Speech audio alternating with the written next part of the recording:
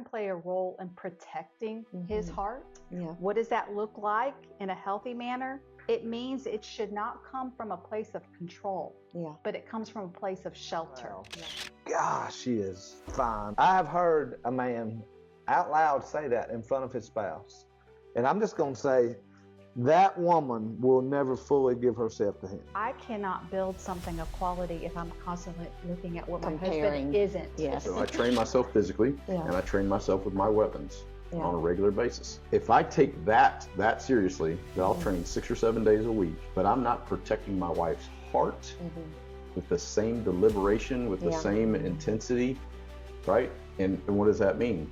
That when I see things that could cause me to lust over another woman besides her, I have to be just as on guard and ready to slay that thing as if there was an enemy trying to come through that door right now and take her life. With every weed or every flower, there's a root. If I'm truly dealing with fear, and I am manipulating him and being obsessive, the problem is not with him, it's with me. If you're talking about the walls being protection, we talked about keeping outside elements, right? So we say we want to protect our families, but that's not, again, we talked about this maybe off camera, but you're talking about 1% of men in America who ever have to physically get in between their spouse or their children and danger and go to war, right?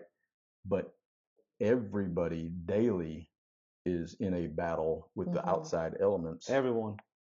That can come in and destroy the home and destroy the marriage, but we don't take it with that same level of seriousness. So I train myself physically and I train myself with my weapons on a regular basis. If I take that seriously, then I'll train 6 or 7 days a week, but I'm not protecting my wife's heart with the same deliberation, with the same intensity, right? And what does that mean?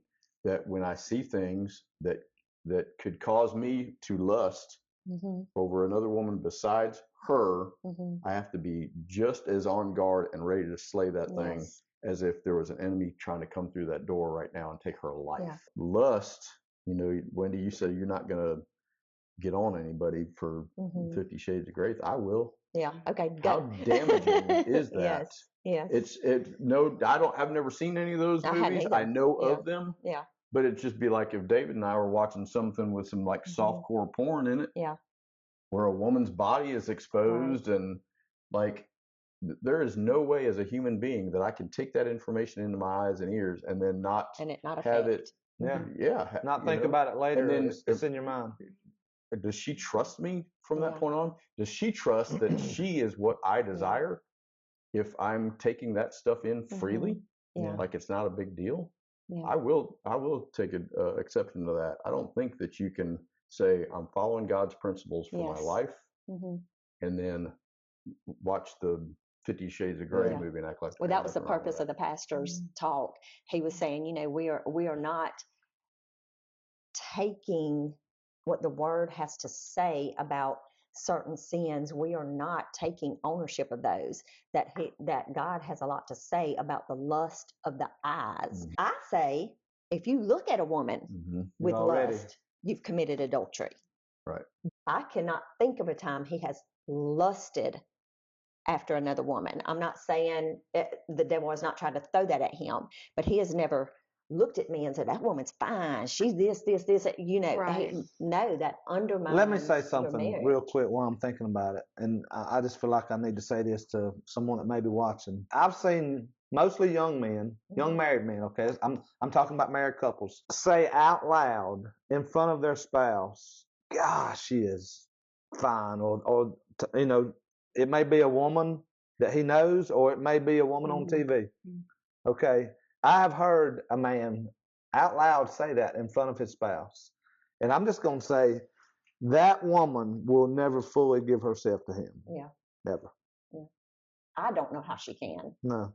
I don't know how she can. It's impossible. It's impossible. Yeah. As good a marriage as they have or think they have, for him to think it's okay for him to say that out loud. Yeah. Okay. She will never, anyone out there listening, I'm just speaking directly to you. Your wife will never fully give herself to you until you get rid of that crap. Yeah. I mean, I can even just see something as simple as where his eyes are, what comes out of his mouth. All of that ensures his love for me when he's protecting our marriage by protecting those areas and making that a priority. Okay, what about the flip side of this? What about the people that struggle with overly obsessive people? People who every time they turn around, there's that, because there is that toxicity out there, unhealthy stuff. Do you mean me being unhealthy and toxic in the sense of she's looking at you, I saw you looking at her. Yeah. There are people who have to deal with that, and people have got to take accountability and recognize that every time I turn around, I see danger, and self-reflect. You said earlier about the self-reflection, because there are those people who are in relationships and they have spouses or significant others, and they are being hounded day in and day out, and something is always around the corner. There's, and that is more about themselves than it is their spouse. But that's where that self-reflection comes in, and the accountability. Yes. With every weed or every flower, there's a root. Yeah. Okay. And you have to get down to the root of every matter. Yeah. If it is an unhealthy root based out of fear, based out of manipulation, based out of, I can't trust, you as a couple have got to figure that out, because if I'm truly dealing with fear and I am manipulating him and being obsessive, the problem's not with him, it's with me. Yes. And we've got to work through that lovingly, and I've got to deal with those issues. Yeah. I remember, with Chad's military training, he would leave for long periods at a time. And trust was a big thing for me. I had to be proactive with trust. What do I mean by that? It's not that his actions led me to not trust him. It's sometimes fear would come in. Yes.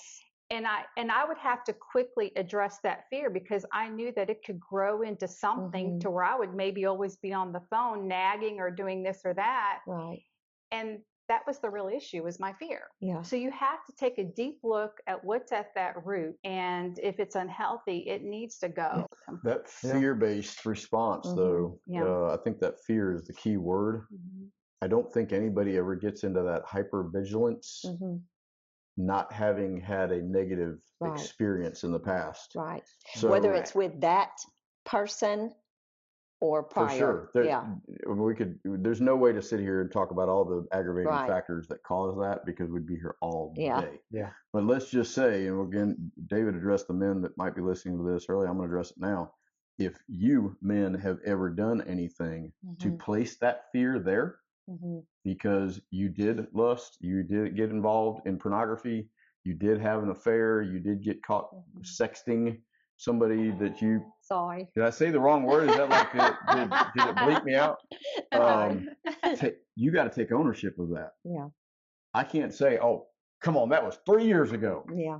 And be unrepentant and defensive about it, because that's just going to continue to stoke the fear. So men, if you placed it there, you own it. Yeah. Right? Now, does the spouse also have a sense of responsibility to be whole again and to be healed? Yes. But it's a two-way communication there. Yeah. I can't say, well, you're just going to have to get over that. Right. Well, and then let me add, and she's not going to be able to throw it in your face all the time. Yes, and this is where the thread of the spirit, soul, body comes in. Your soul is your mind, your will, or your emotions. If I'm not dealing with fear or manipulation, I'm letting unhealthy things take root. Yeah. It's just that ripple effect that where I can't get to complete wholeness in my sex life if I'm not dealing with these areas in my own life. Yes. So that's where that thread of spirit, soul, body comes, and we have to look at all areas. Yes. I read something first thing this morning, and it said build walls of prayer instead of pain. You've got to make sure the correct walls are there. And if you're operating out of that pain and fear, you're not going to be able to build what it is that will be healthy in the end. So important. Good. Can I ask one more question? Yeah. It kind of goes with what we've been saying. Yeah. And I'll go back to the movie Wendy brought up, 50 Shades or whatever. Mm-hmm. Why, and you women can probably elaborate on this a little more so, why is it the mentality of some women, because I remember her telling me she knew women that actually, a group of them went and saw this movie, okay? Christian women, okay? Why is it their mentality that it's okay for them to go and watch that, but if their husbands went as a group together, they would be, oh my God. You see what I'm saying? Why is it okay in their minds? Well, society it's has, not yeah, okay. it's not. Right, That's what definitely. I'm like. That's not okay, but but I just wonder why some people, and I remember some of these ladies that Wendy was speaking about, and they were women that had been married for years and years and years and years. But in their minds, I wonder, do they think, well, it's different. Why do you think that it is? It's not. I just wonder where that comes from. Well, there definitely needs to be communication going on there and talking that out with your spouse, because it shouldn't be the two-way street. Y'all should be on the same path together, holding each other to the same accountability and principles to live by. One doesn't have to live with this principle and the other gets to live with this principle. You've got to be equal here. And I wasn't defending men, okay? Because No. definitely they shouldn't be there either. Well, but I'm men just wondering. get the bad rap. Yeah. Women, we need to look at ourselves. As a woman, I'm going to say that. We need to look at ourselves. It's not the men that should always get the bad rap. We have to be walking on the same path that we expect our husbands to walk on. And I think that's the problem. Women have not been held to the accountability that they need to be held to. You know, where men, if pornography was an issue, women look at that. Well, you think about it. Whenever you say this person has a problem with pornography, automatically, who do you think it's a man? You never think it's a woman, right? Right. Could it be that because I'm sure there's other podcasts out there that are talking about sex but they're focused on the body. Could it be that when we're talking about the spirit, soul, and body, that general consensus out there, Christian, non-Christian, secular, that if men are going to watch something that has a physical stimulus to it, nudity, right, sexual, overt sex, and that kind of thing, well, that's because they're drawn to another woman's body or they're focused on the body part. But it's okay for a woman to shoot. We just went to see that movie because it was romantic and passionate emotion, right? Spirit, soul, mind, will, and emotions, body. It's all tied in together. But we de-emphasize the soul and the spirit portion of how God created us to be sexual beings, and only focus on the body. So therefore, I mean, I'm just thinking out loud here. Of course, if a man went to see a movie that was known to have a lot of nudity in it with a beautiful woman, that's obviously derogatory. But if a woman went to see a passionate movie, even though, were they not engaging in their emotional lust just as much as a man would be engaging in the physical lust? I think so. Well, when you said that, my mind went to all the fairy tale love stories that women watch. So maybe that's why they're so drawn to that. And there's a lot of women that I've talked to that will watch, these love stories, and they're like, my husband's not this, my husband doesn't do this, my husband's not that, because it is more of that emotional connection for them. So you do see that with a lot of women. They will walk away from a great love story movie feeling disingenuous with their spouse. I don't know, I just thought about that. I cannot build something of quality if I'm constantly looking at what Comparing. my husband isn't. Yes. Okay. Yes. What my husband isn't is not going to get me anywhere. Right. That's not where the majority of my energy needs to be. If I spend my energy in the wrong places, I'm going to build something that's going to collapse. It's not going to withstand time. I want to spend my energies in the right places. That involves me having a healthy, healed soul. Right. I also feel like I can play a role in protecting his heart. Yeah. What does that look like in a healthy manner? It means it should not come from a place of control. Yeah.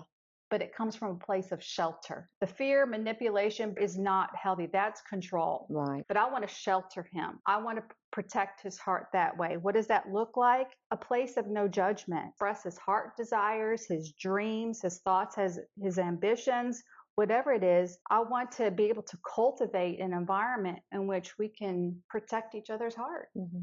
But I do want to loop back to this real quick. You talked a minute ago about focusing on what our spouses aren't. Okay. Yeah. You can do that in every other aspect of your life. Yeah. You know, my truck just won't tow 12,000 pounds. It'll only tow 10. I need a new truck. This house is 1 bedroom short of everybody being comfortable in our home. We need a bigger house, right? My shoes are, the sole of my shoes starting to wear thin a little bit. I need a new pair of shoes.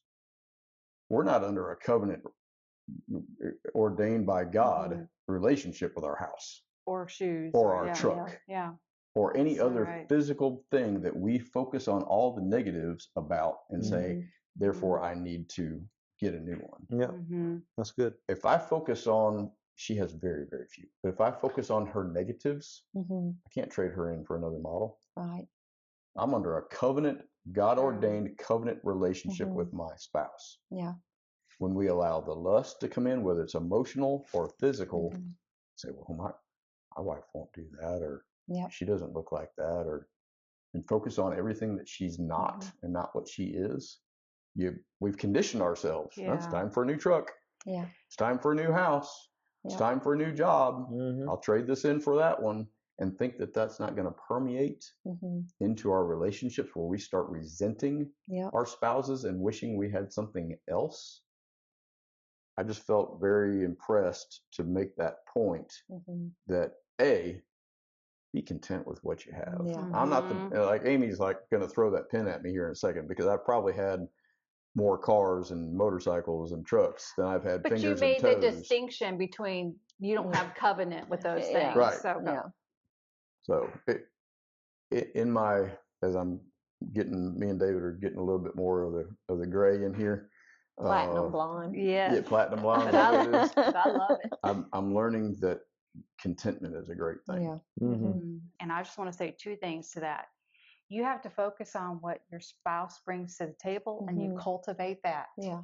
There are many, you get your eyes on the right things, the good things, the deep things. There's one little quote that I did jot down. It said this: a man asked a gardener why his plants grew so beautifully. The gardener said, I don't force them to grow. I remove what stops them.